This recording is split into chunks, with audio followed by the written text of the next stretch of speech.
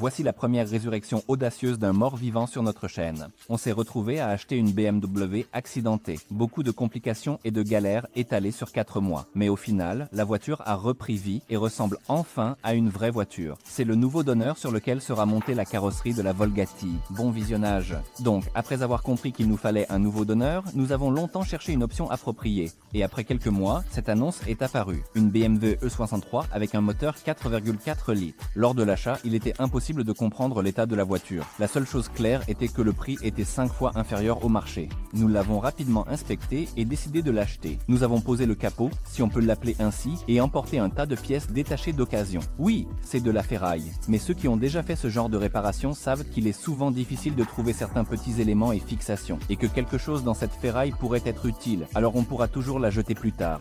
Au final, nous avons chargé la voiture sur la remorque et sommes rentrés chez nous, à 200 km de là. À en juger par les paysages, on comprend que cela remonte à un certain temps, sans doute au début de l'été. À cette époque, l'herbe était plus verte et on pouvait filmer au drone. Ah, le bon vieux temps. Ceux qui suivent le projet savent qu'au départ, nous avions choisi une Ford Probe comme donneuse.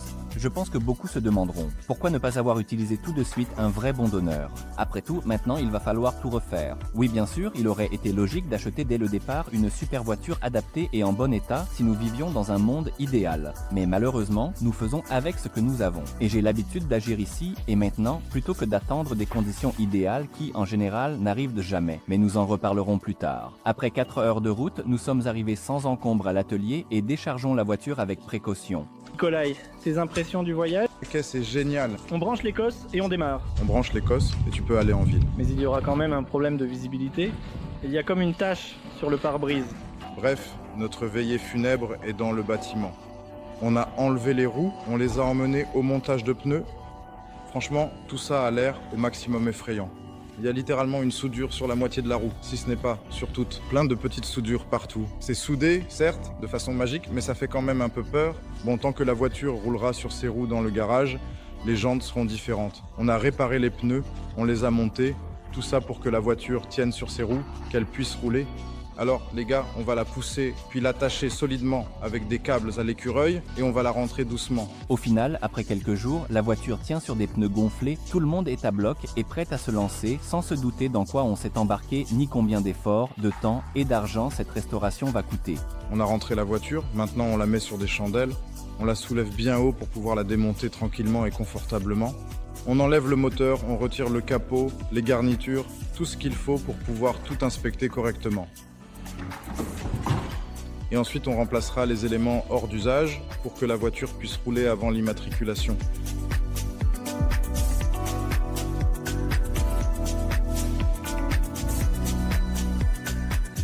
Nous allons maintenant démonter tout ce désordre, enlever tout ce qui nous gêne. Le moteur est en quelque sorte déjà dévissé parce que sa patte est tout simplement cassée du moteur. Elle pend complètement. On a rapidement dévissé la patte, dommage au longeron. Ici, on peut vérifier la tension de la chaîne. C'est fait de manière très pratique. Entretenir le bloc ABS, en quelque sorte, ces dommages sont assez fatals pour nous. Maintenant, nous allons tout sortir, diagnostiquer les défauts et prendre une décision. C'est justement ce à quoi nous nous sommes attelés. Avant tout, il faut libérer tout l'espace sous le capot et régler la question de la carrosserie. Ce n'est qu'à ce moment-là qu'il sera clair s'il vaut la peine de s'occuper du moteur et de tout le reste, ou s'il vaut mieux envoyer la voiture à la casse, car ce n'est pas si simple ici. Tout l'espace sous le capot, y compris la structure porteuse, est en aluminium, et ce n'est pas le matériau le plus facile à réparer. À ce moment-là, les gars avaient déjà démonté le moteur, même si, pour être honnête, il n'était pas vraiment monté. La plupart des fixations ont volé en éclats après l'impact. On a retiré le moteur, on l'expertise et en même temps on regarde ce qui est cassé. Toutes sortes de petites choses, comme les connecteurs, ne nous intéressent pas vraiment. Mais comme le choc est venu de ce côté, c'est de ce côté qu'il y a les plus gros dégâts. Le couvercle de la distribution, le carter avant du moteur. Quand on enlèvera ça, on comprendra si la culasse a survécu.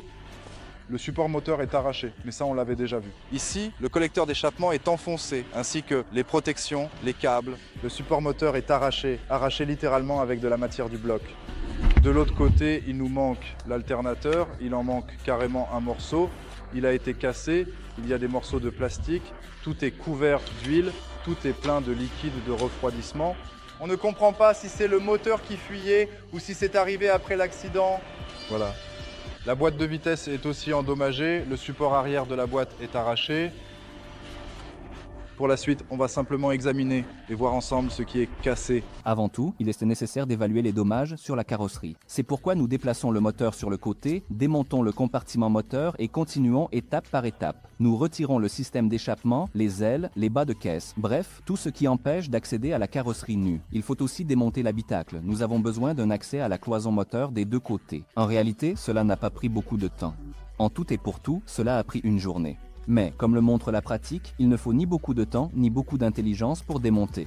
Mais remonter ce puzzle, surtout après quelques mois, voilà la vraie difficulté, que tout le monde n'est pas capable de surmonter. C'est à cette étape que beaucoup de projets s'arrêtent, puis apparaissent sur les sites d'annonces avec la mention « Tout est prêt, il ne reste plus qu'à remonter ». J'espère que ce ne sera pas notre cas.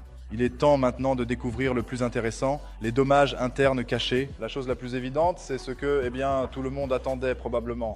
Voici notre plus grand pli dans la zone de déformation d'origine. Ici, chez BMW, il y a une zone de déformation d'usine qui absorbe l'énergie de l'impact en cas d'accident. Ici aussi, elle est froissée chez nous. Ici, il y a des plis, ici un pli, ici un autre pli. Ici aussi, nous avons des plis. Mais en réalité, ce n'est pas si grave. Il n'y a rien de bon là-dedans.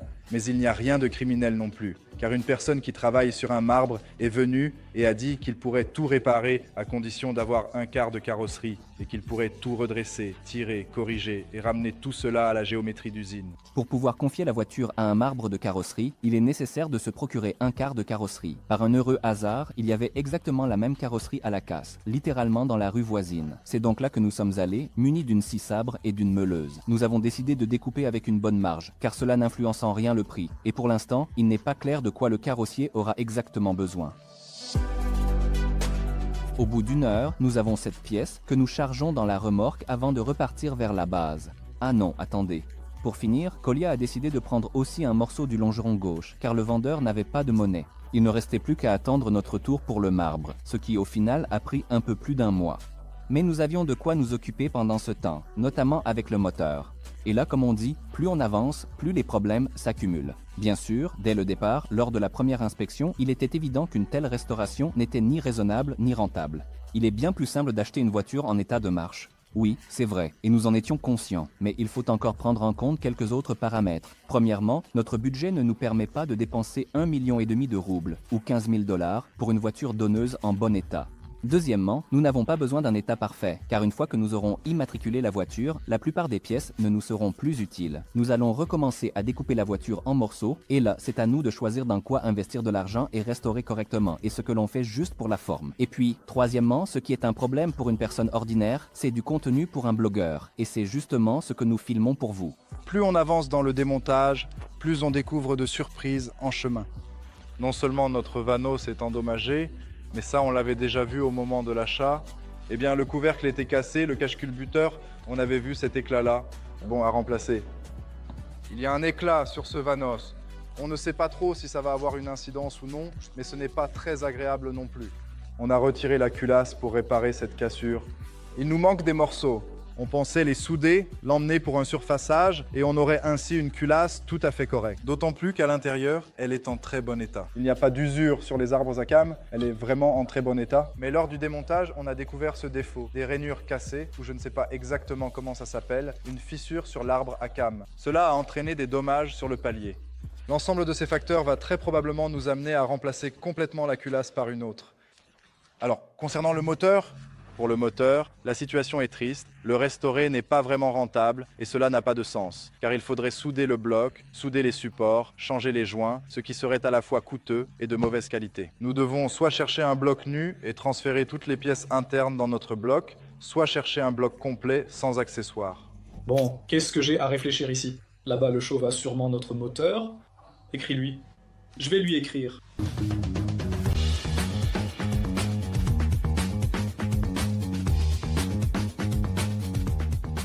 Bon, j'ai écrit. Voyons voir, il va répondre ou pas? Non, il ne répondra pas. Ce n'est même pas lui là-bas. Vous pensez que tout ça c'est du faux? Sur Internet, on ne ment pas. Je parle d'expérience, 17 ans sur YouTube. Sur YouTube, on ne ment jamais. On peut faire confiance à ce type.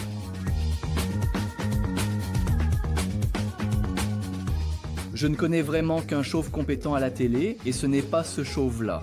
Pas de cette télé. Pas de cette télé. Voilà pourquoi on ne montre pas ça à la télé. Docteur avocat, professeur, plombier, astronaute.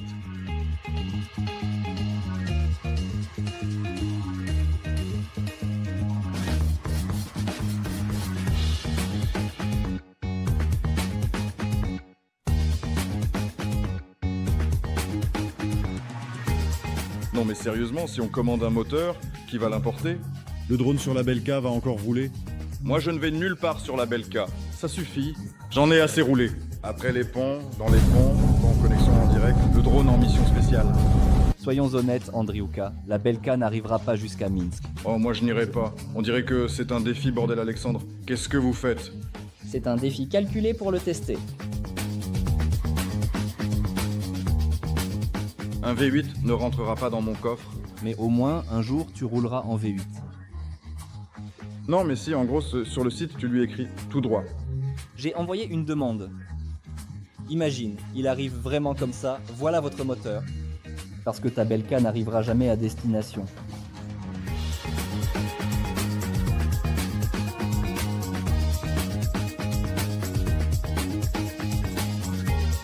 Je me demande sur quoi il roule. Le chauve? Morganaire? Comme dans la pub. Non, si c'est un chauve, c'est forcément en Dodge Challenger.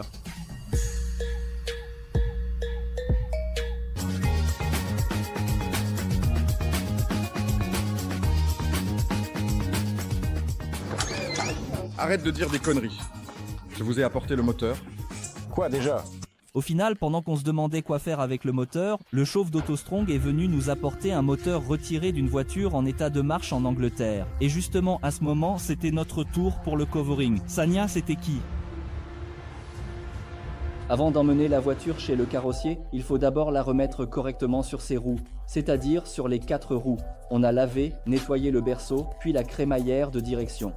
On a fixé le berceau au longeron intact, installé la crémaillère pour que la voiture soit sur ses roues, ce qui facilitait le chargement sur la dépanneuse. De ce côté, bien sûr, les boulons ne sont pas tout à fait alignés, mais c'est minime. Le longeron est légèrement sur un autre plan. Et voilà, elle est sur ses roues, mobile, on peut la pousser avec la direction. Elle est un peu poussiéreuse, mais on va la sortir dehors et la souffler à l'air là-bas. Elle sera belle. De ce côté, la voiture est vraiment magnifique. Si on ne connaît pas certains détails, c'est une voiture plutôt pas mal. Au final, nous avons sorti la voiture dehors, dépoussiérée, chargée sur la dépanneuse, installé une serrure de coffre provisoire et envoyé chez le carrossier.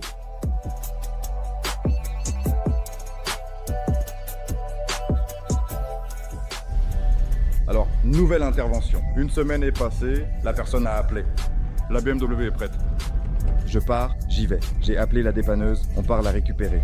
La personne ne tient pas vraiment à ce qu'on filme là-bas, ça ne lui plaît pas trop, donc je ne filmerai pas sur place. On reviendra ensuite à la base, je vous montrerai le résultat, ce qu'on nous a fait et ce qu'il reste à faire. Au final, en seulement une semaine, nous avons une carrosserie restaurée et une géométrie correcte.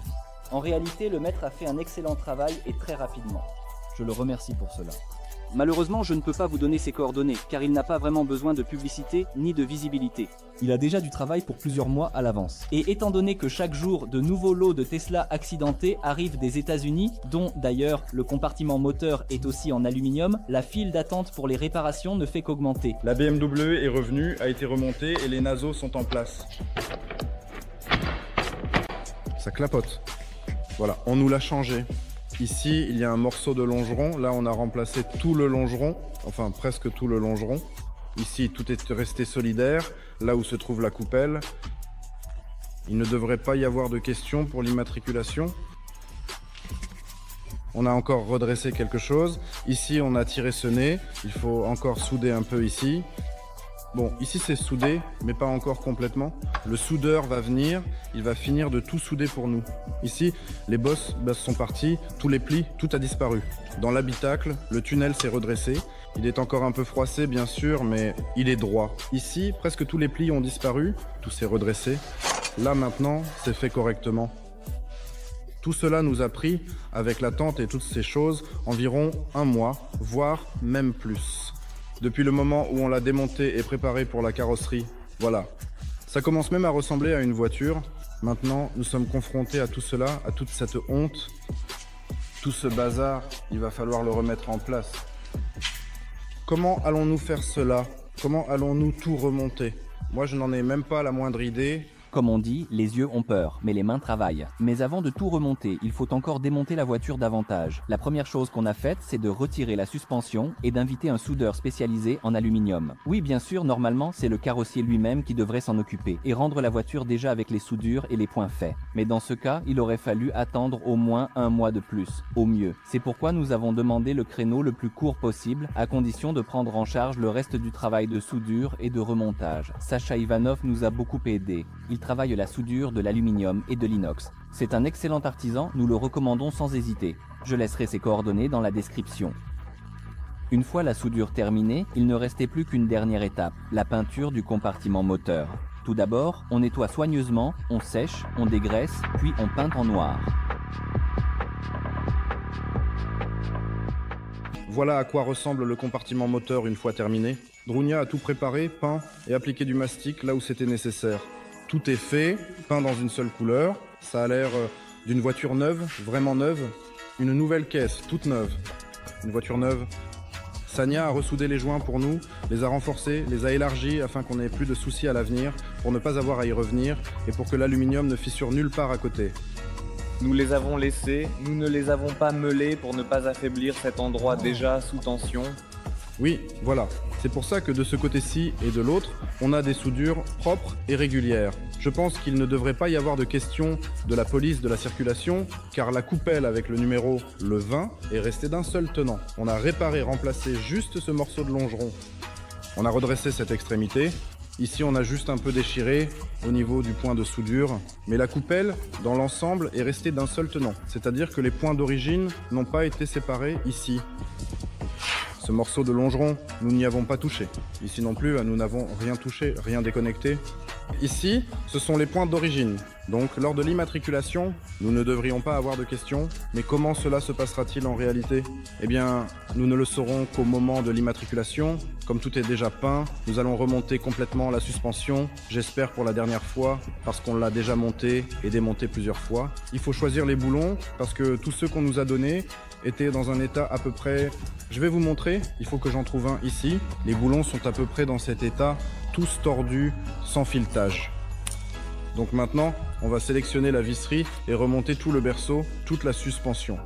Comme Colia l'a dit, c'est exactement ce qu'on a fait. On a acheté les boulons nécessaires, installé le berceau avec la suspension, apparemment pour la dernière fois, et on a commencé à remonter l'habitacle. Mais l'habitacle, lui, ne sera certainement pas démonté et remonté pour la dernière fois. Pour l'instant, il faut remettre la voiture en état, puis l'emmener à la préfecture pour l'immatriculer. Après cela, on redémontera au moins l'habitacle pour adapter la partie supérieure de la Bugatti. On sait déjà qu'on va devoir découper le toit et très probablement les montants. Mais nous en parlerons dans le prochain épisode.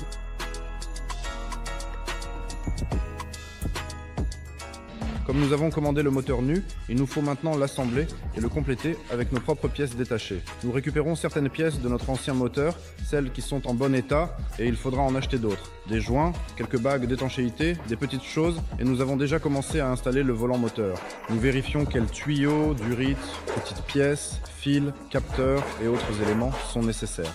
Nous dressons une liste. Nous allons passer commande maintenant. Et en parallèle, nous nettoyons toutes les anciennes pièces. Nous avons commandé les supports moteurs. Ils sont déjà arrivés. Le galet tendeur, lui, vient de l'ancien moteur. On voit aussi qu'il a déjà été remplacé à un moment. La pompe à eau, l'alternateur, toutes sortes de petites pièces pour pouvoir tout remonter et installer le moteur dans la voiture. En parallèle, pendant que tout arrive, il faut corriger ce genre de défaut. Lors de l'accident, le collecteur droit a vraiment été sérieusement endommagé.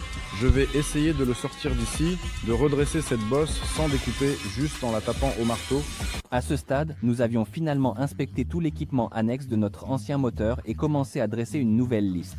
À vrai dire, il ne restait pratiquement plus rien de récupérable de l'ancien moteur. Au final, nous n'avions même pas encore fini de faire la liste que Lizzie a de nouveau débarqué dans notre atelier. En réalité, bien sûr, nous étions contents de le voir, car nous le suivons depuis longtemps sur YouTube.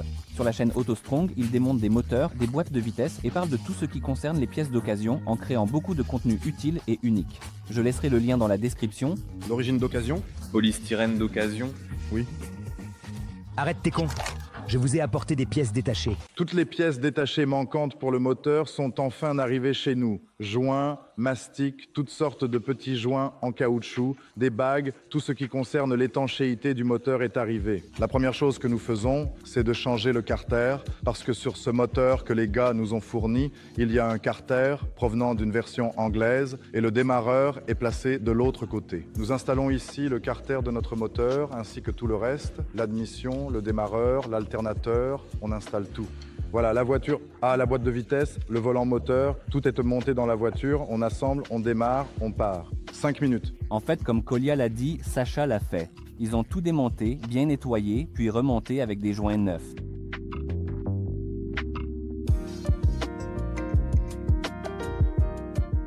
Nous avons assemblé tout le bas du moteur, carter, filtre, second carter, tout monté avec joint, serré au couple requis avec une clé dynamométrique. Nous avons posé le moteur sur la table. Nous assemblons, installons le volant moteur et montons l'équipement périphérique. En même temps, il y aura sûrement des oublis, on montera et démontera des choses. Nous verrons sur place. On nettoie, on lave, on dégraisse, on met du mastic, des joints et des bagues, des petits anneaux, des coussinets. On assemble tout.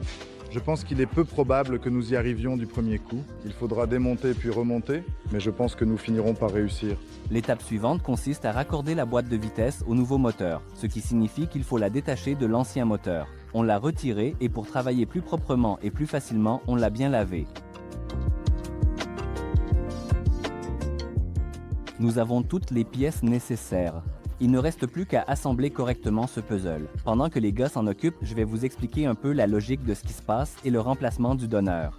À l'origine, le projet Volgati était le tout premier projet sur notre chaîne, une chaîne qui était spécialisée dans la menuiserie et l'époxy. Bien sûr, je comprenais que c'était une entreprise risquée et qu'il n'était pas du tout certain que ce format plaise, mais j'avais vraiment envie d'essayer, c'est pourquoi nous avons lancé le projet avec enthousiasme et peu d'investissement. Il a été décidé de construire sur une base de Ford Probe. C'était la seule option convenable pour laquelle nous avions assez d'argent. Avec le temps, le projet est devenu apprécié et il vous a plu. Au final, nous avons obtenu un design et des proportions vraiment cool. C'est un miracle. Nous n'avons toujours pas de modèle 3D du projet, nous faisions tout à l'œil. Ce n'est pas la bonne façon. Les prochains projets seront réalisés plus scientifiquement. Mais il faut commencer quelque part. Ainsi, nous avons obtenu un projet intéressant et réussi, construit sur une base donatrice, loin d'être idéal. Le nouveau donneur, c'est une toute autre histoire. Maintenant, nous avons une puissante voiture à propulsion arrière avec un empattement adapté à associer à notre carrosserie. Voilà, c'est tout.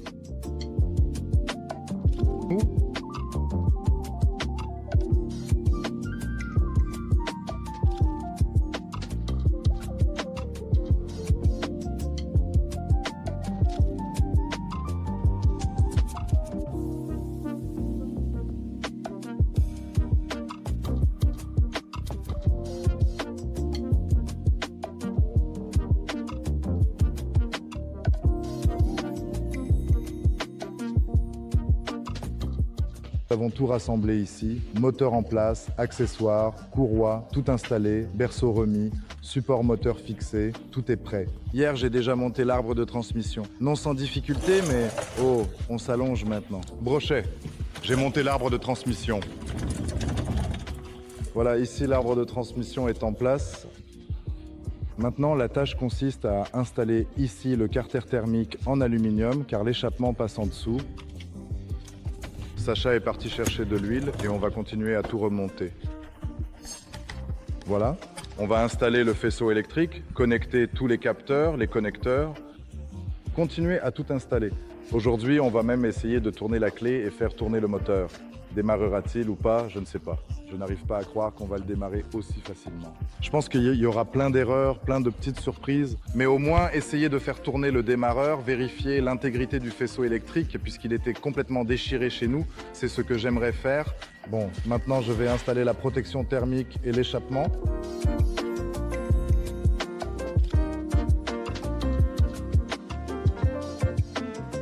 Alors, le moteur est en place. Avant de tenter un premier démarrage, nous avons décidé d'assembler les autres pièces du puzzle. L'étape suivante consiste à connecter tout le faisceau électrique. Ce n'est pas non plus la tâche la plus simple. Certains fils sont tout simplement coupés, d'autres manquent. Beaucoup de connecteurs sont broyés en miettes à tel point qu'il est difficile de les identifier pour les remplacer. Et même si l'on parvient à commander un remplacement, il se passe la chose suivante. Donc nous avons ce problème, le connecteur ABS détruit après l'accident. complètement, c'est-à-dire littéralement en morceaux. Nous avons commandé ce connecteur, mais il s'est avéré qu'il venait non pas d'une E63, mais d'une X3, il me semble. Donc maintenant, il nous faut transférer nos broches ici. Il y a donc tout un tas de petites astuces comme ça. Allons-y. Au final, la moitié de la journée a servi à l'assemblage final et au branchement du câblage. Puis nous avons installé le filtre à air, versé l'huile, fait un signe de croix et commencé à préparer le premier démarrage.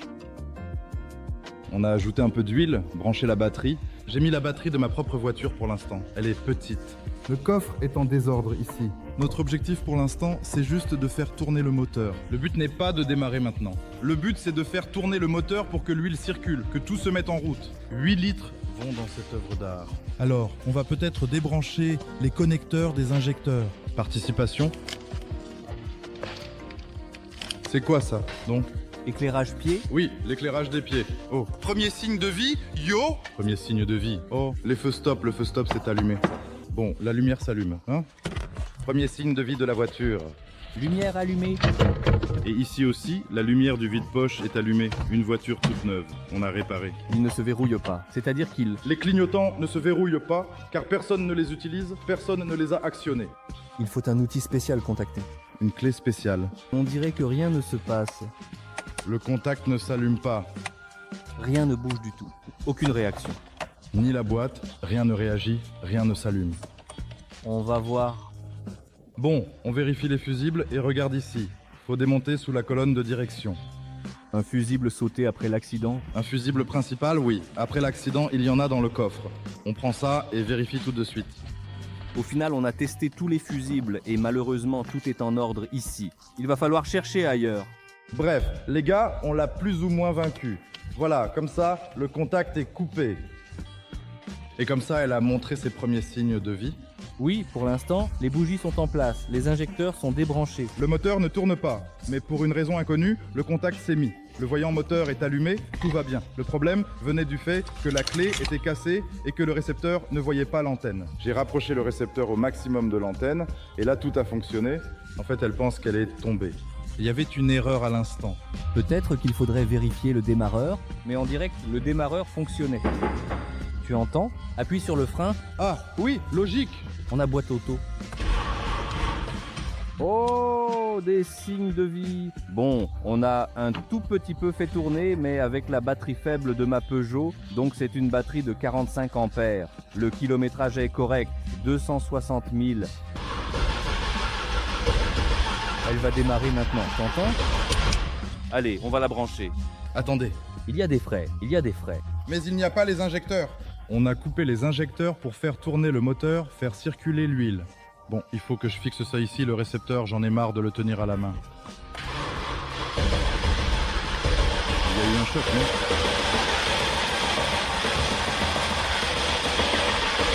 Peut-être que ça suffit. Pour l'instant, voilà où on en est. Là, on va sûrement tout revérifier et tout remettre en place. Au fait, où en est-on avec le carburant? On sent l'odeur de carburant, ça clapote dans le réservoir. A priori, juste, tout va bien. L'huile, c'est bon.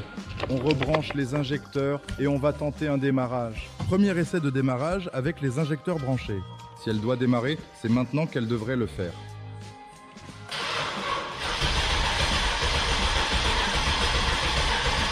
Ou pas.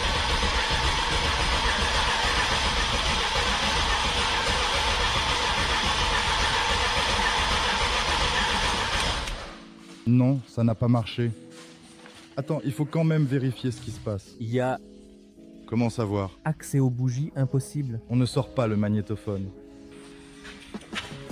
Il y a du carburant, au moins dans la rampe. En tout cas, il y a du carburant dans la rampe. Donc soit les injecteurs ne s'ouvrent pas, soit ils ne reçoivent pas d'impulsion, soit il n'y a pas d'étincelle. Et encore une fois, on teste tout ce qu'on peut tester. Ça nous a pris la moitié de la journée, mais on a réussi à trouver le maillon faible.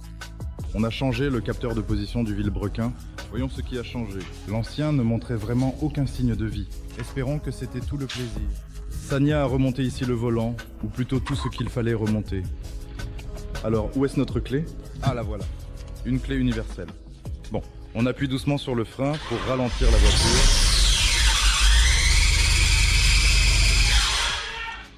C'était un peu effrayant, ce grincement était vraiment violent. Mais elle a démarré tout de suite. Donc, le problème venait bien du capteur de Villebrequin. Au lieu d'envoyer un signal, il envoyait n'importe quoi. On a changé le capteur et c'est tout. Le grincement, c'est sûrement au niveau des courroies. On va chercher d'où vient ce grincement fort. Mais l'essentiel, c'est qu'il a démarré, il a pris, c'est bon.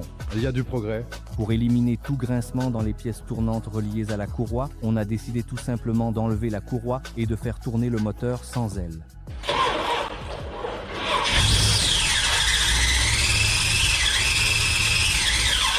Non, c'est autre chose.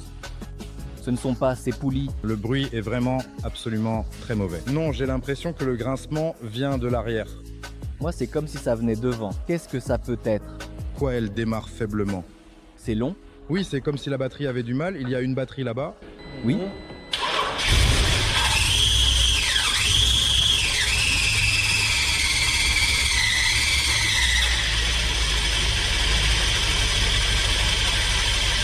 Alors, nous sommes à la recherche de la cause de ce grincement. J'ai retiré le démarreur. Sacha a supposé que c'était le démarreur.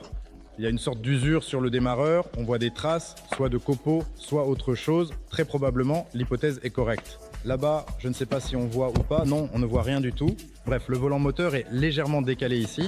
C'est pourquoi nous avons un démarreur que nous avons acheté avec la voiture. Mais il a une patte cassée. Mais à titre d'expérience, je vais l'installer maintenant et si le bruit disparaît, nous emmènerons ce démarreur en réparation. Il sera entièrement remonté et nous installerons un démarreur fonctionnel. Nous avons changé le démarreur. Moment de vérité, aurons-nous le même bruit ici? J'ai encore oublié les clés. Bon, les clés. Allez, retirez les mains.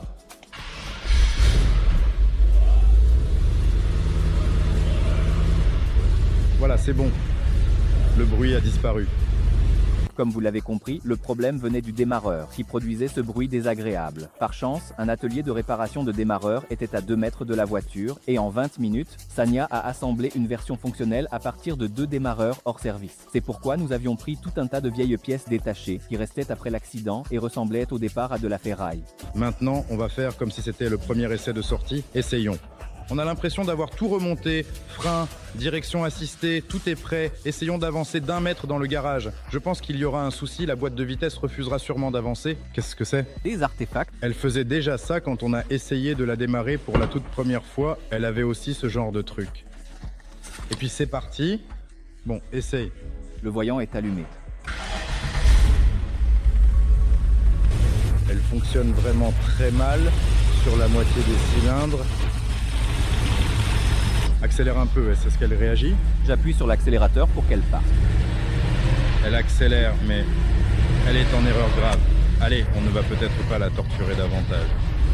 On va relever les codes d'erreur, parce qu'on dirait qu'elle ne tourne que sur la moitié des cylindres. On essaie encore une fois de parcourir les premiers mètres après ces manipulations. On expliquera ensuite ce qui s'est passé. Si ça marche, est-ce qu'elle va enfin avancer, ne serait-ce que d'1 mètre dans le garage, par ses propres moyens? Bon, oh. Elle avance. Par ses propres moyens. Les premiers mètres. Et elle cale. Il va falloir recommencer. C'est étrange qu'elle cale comme ça. Mais la personne avec l'ordinateur n'est pas encore venue, il n'a pas effacé les erreurs, rien. Elle est exactement comme on a installé le moteur, rien n'a changé. Donc très probablement, il y a des erreurs qui l'empêchent de bien fonctionner. Bon, essaye la marche arrière. La marche arrière.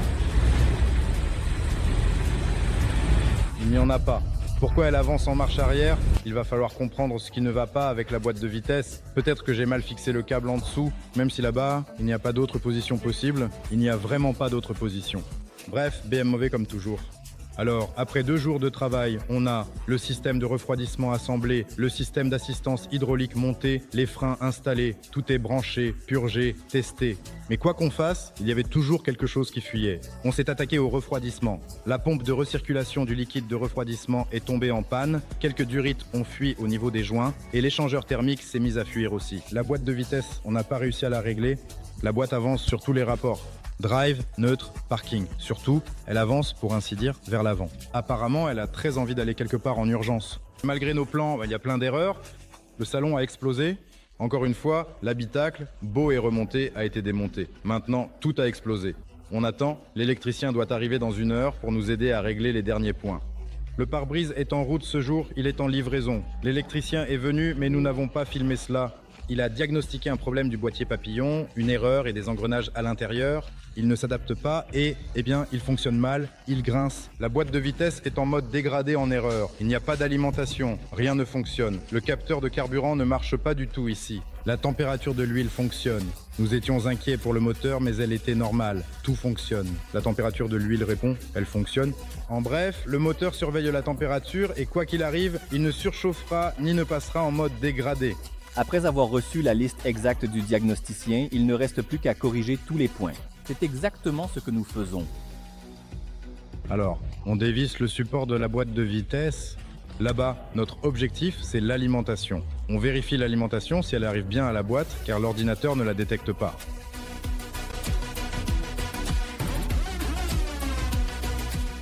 J'ai dû retirer l'échappement des connecteurs ainsi que la patte de retour. Voilà l'objectif, le connecteur. Maintenant, on vérifie l'alimentation dessus, le contrôle. On cherche au moins quelque chose, on vérifie, on essaie de comprendre. Il faut aussi vérifier la partie dans la boîte. Ici, j'ai un banc d'essai d'un jeune électricien. Schéma de brochage, multimètre, connecteur. Maintenant, on va voir ici s'il y a alimentation ou non et quels sont les autres symptômes.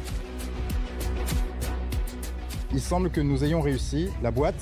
Alors qu'est-ce qu'on avait La boîte était en mode dégradé, en erreur. Le bloc de gestion ne voyait pas la boîte ni son existence. Quel était le problème? Le problème, c'est qu'il s'est avéré qu'il manquait la masse dans ce connecteur, le fil de masse. Enfin, il est là physiquement, mais il n'y a pas de masse dessus. C'est-à-dire qu'à l'intérieur de la boîte, sur les électrovannes, sur tout ça, il n'y avait pas de masse. On a bricolé ce genre de fil. Maintenant, on va le brancher à la masse, ce sera notre masse.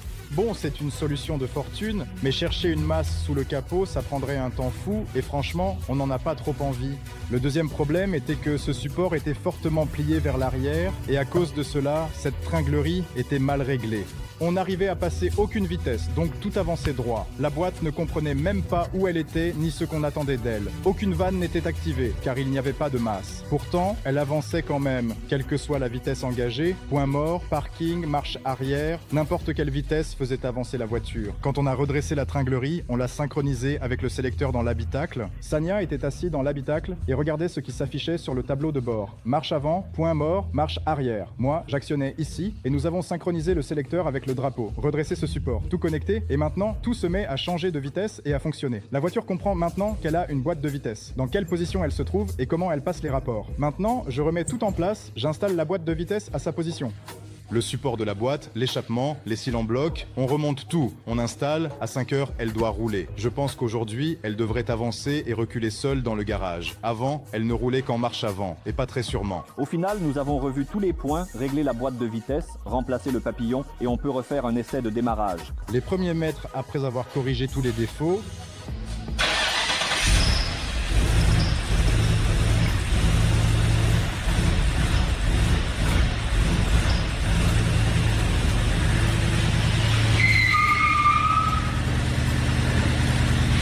avant, elle se bloque. Parfois, t'as remarqué?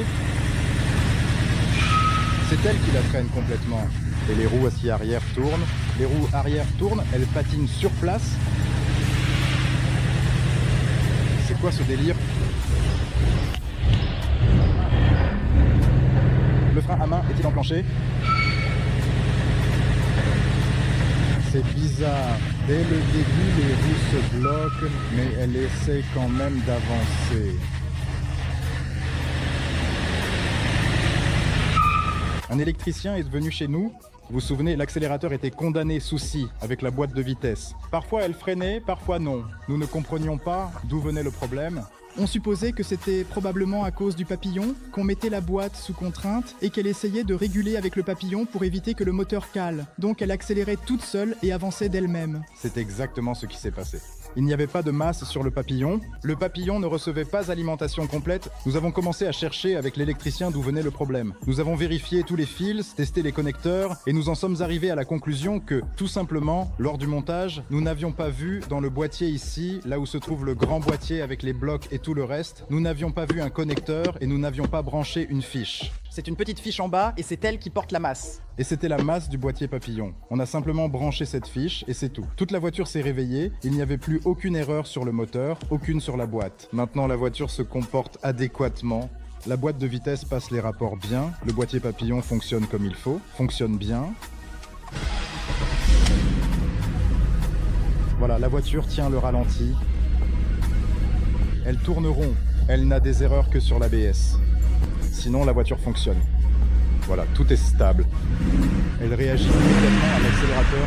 Le son est absolument magnifique, vraiment impressionnant. Toutes les chaudières, tout est parfaitement en place, tout fonctionne sans le moindre problème. L'aspect de notre capot donne l'impression qu'il a été mâchouillé par des castors puis recraché, parce qu'il ne leur a pas plu. Nous avons décidé de ne pas acheter un nouveau capot, car nous n'en avons pas vraiment besoin. Le capot ne nous sert qu'à une seule chose, pouvoir immatriculer la voiture, et c'est tout. C'est pourquoi nous avons décidé d'essayer de le restaurer, de rafistoler ce capot pour que ce soit plus simple à faire. Je l'ai démonté en ses composants séparés, c'est-à-dire en le renfort et la tôle. Et maintenant, on va tout rafistoler, colmater. Oui, bien sûr, c'est une réparation très douteuse. Au final, il est difficile d'appeler un tel capot un capot. En réalité, il ne vaut guère mieux que de la ferraille. Et c'est là qu'il ira une fois que nous aurons immatriculé la voiture. Mais pour l'immatriculation, une telle réparation suffit largement.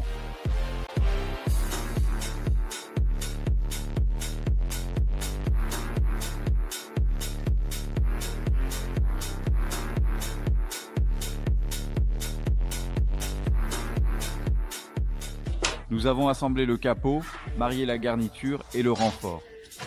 Nos méthodes de réparation sont aussi radicales que possible. Les bords sont fixés avec des vis auto-taraudeuses.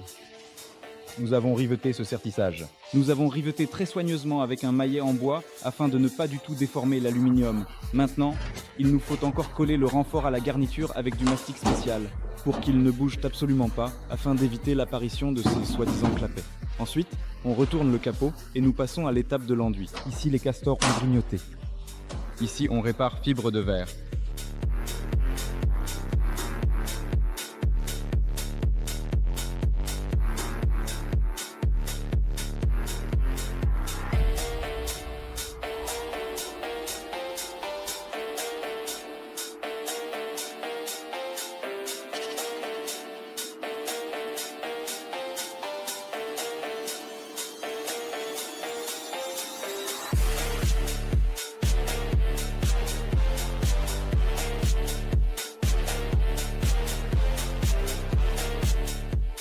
Notre capot est en aluminium et les morceaux manquants seront reconstitués à l'aide de fibres de verre et de résine polyester, selon la technique bien connue de tous.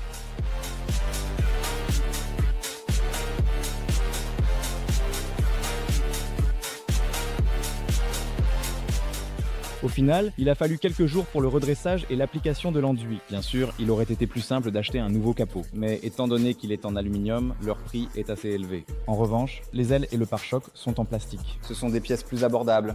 Nous les avons achetées endommagées. Nous les avons également un peu rafistolées. Et maintenant, il ne reste plus qu'à les peindre. Mais d'abord, nous remplaçons le pare-brise. Voici les résultats de la journée. A plu. Il est maintenant 18 h. L'habitacle est désormais entièrement remonté, Sania a tout remonté, Sania a réparé le système multimédia. Cet appareil ne fonctionnait pas du tout, tout a été réparé, tout clique, il n'y a plus d'erreur, le moteur démarre, tout va bien avec le moteur, le système de refroidissement a été entièrement remonté, nous avons remplacé cette pompe auxiliaire, nous avons mis de l'antigel, installé le ventilateur de refroidissement, le radiateur, et les gars sont venus poser un nouveau pare-brise. Maintenant, nous finissons les préparatifs comme on peut. En fait, il ne reste que les ailes, le pare-choc et le capot, qu'on termine un peu à la hâte, comme ça vient, sans trop se compliquer la vie. On a découpé dans du plexiglas pour faire les caches de phare anti-brouillard, des obturateurs à la place des anti-brouillards, et on a mis ce genre de grille ici, comme des narines. Parce que, bon, les acheter, ce n'est pas si simple et ça coûte cher, vraiment. Franchement, ça tient bien, on dirait qu'on n'en a même pas besoin, et puis j'ai encore la roue. Je vais maintenant la peindre à la bombe. Je vais préparer et pulvériser la roue avec une bombe. Voilà comment se passe une restauration complète des jantes. C'est une blague, au cas où. Alors, prix 1952.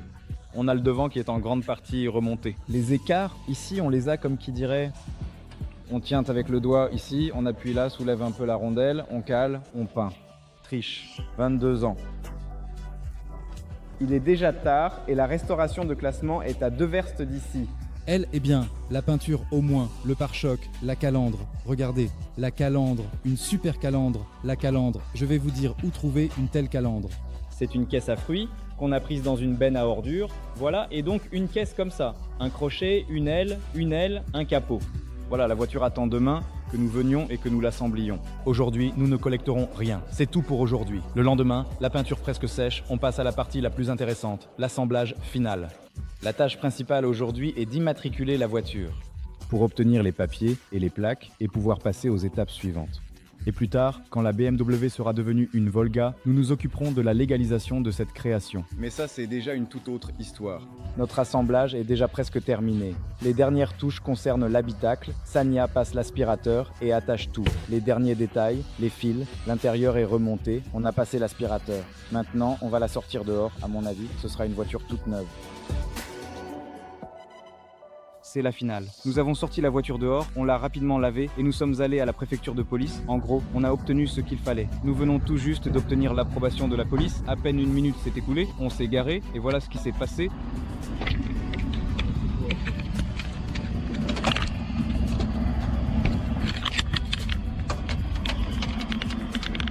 Il y a une fuite quelque part.